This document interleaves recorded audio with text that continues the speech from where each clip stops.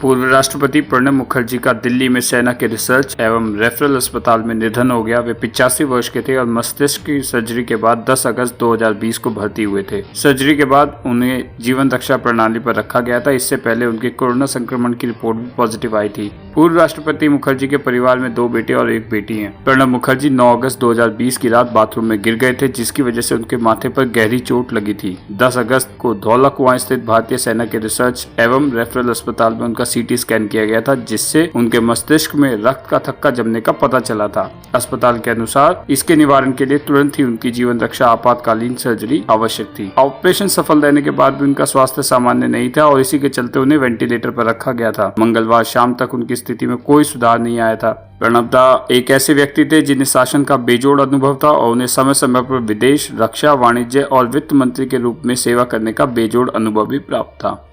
उन्हें 1969 से 5 बार संसद के उच्च सदन के लिए और 2004 से संसद के निम्न सदन के लिए चुना गया। वे 23 वर्षों तक पार्टी की सर्वोच्च नीति निर्धारक संस्था कांग्रेस कार्य समिति के सदस्य भी रहे।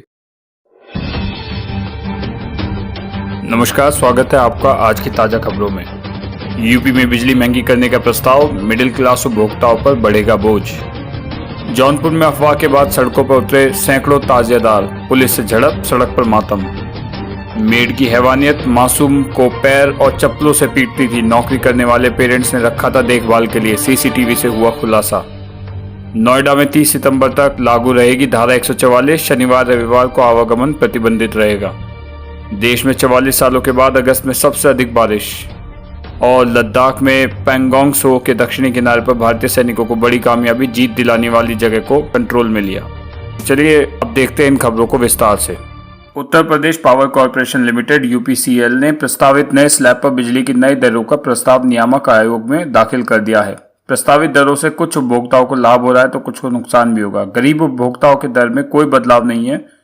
मिडिल क्लास के उपभोक्ता, जिनकी संख्या सबसे अधिक है, उन पर अतिरिक्त भार डाला गया है। बिजली की अधिक खपत करने वाले बड़े उपभोक्ताओं को भी राहत दी गई है। किसानों और उद्योगों को बिजली की दर में कोई बदलाव नहीं किया गया है। नए स्लैब और दर से घरेलू, शहरी और ग्रामीण के वे उपभोक्ता जो 101 से 150 यूनिट तक खर्च करते हैं प्रभावित होंगे। नियामक आयोग ने पावर कॉर्पोरेशन की प्रस्तावित दर को 3 दिन के अंदर समाचार पत्रों में प्रकाशित कराने का आदेश बिजली कंपनियों को दिया है। 15 दिन में इस दर पर उपभोक्ताओं की आपत्तियां ली जाएंगी। बिजली दर पर आयोग में सुनवाई अब 24 तथा 28 सितम्बर को होगी। बीपीएल उपभोक्ताओं के दर में कोई बदलाव नहीं।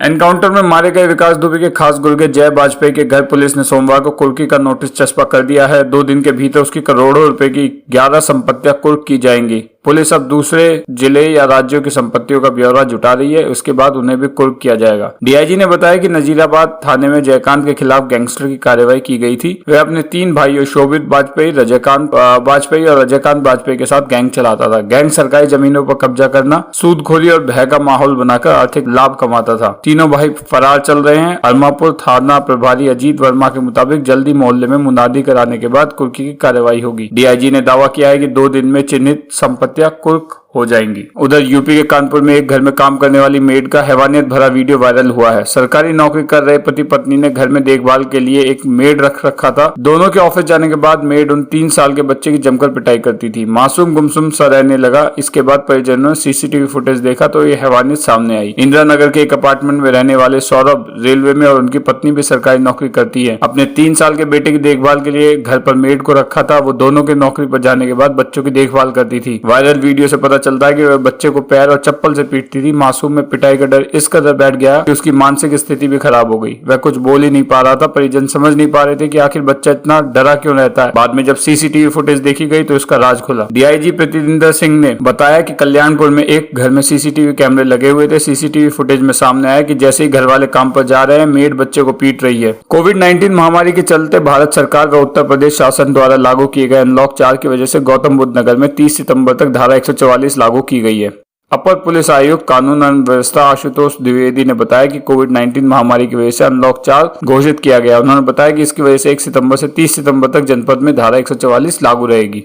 उधर पूर्वी लद्दाख में भारत के जाबाज सैनिकों ने एक बार फिर अपनी वीरता से न केवल चीनी सैनिकों के मंसूबों को फिर विफल कर दिया है, बल्कि पैंगोंग त्सो झील के दक्षिणी किनारे पर ऊंचाई वाले इलाके को अपने नियंत्रण में ले लिया है। अब तक निष्क्रिय पड़े इस इलाके पर नियंत्रण से भारतीय सेना को यहां जंग की स्थिति में रणनीतिक लाभ मिलेगा। इस बीच सूत्रों ने यह भी बताया कि चुशुल और मोल्डो में दोनों देशों के बीच कमांडर स्तर की बैठक में मुद्दे के समाधान और तनाव कम करने को लेकर बातचीत जरूर हुई, लेकिन कोई नतीजा नहीं निकल सका है। झड़प वाले स्थान का ऊंचा इलाका एलएसी के इस पार भारतीय इलाके में, लेकिन चीन इसे अपने हिस्से में होने का दावा करता है। सूत्रों ने बताया कि हाल ही में एक स्पेशल ऑपरेशन बटालियन को इलाके में भेजा गया था। 29 व 30 अगस्त की दरमियानी रात चीन की नापाक हरकत के बीच इस बटालियन ने ऊंचे इलाकों को अपने कब्जे में ले लिया, जहां से चीनी सैनिक कुछ 100 मीटर ही दूर थे। तो दोस्तों, ये थी अब तक की मुख्य खबरें। उम्मीद करता हूँ आपको ये वीडियो पसंद आया होगा। अगर आपको ये वीडियो पसंद आया तो इसे लाइक कीजिए, चैनल को सब्सक्राइब कीजिए और बेल आइकन को प्रेस कीजिए। धन्यवाद।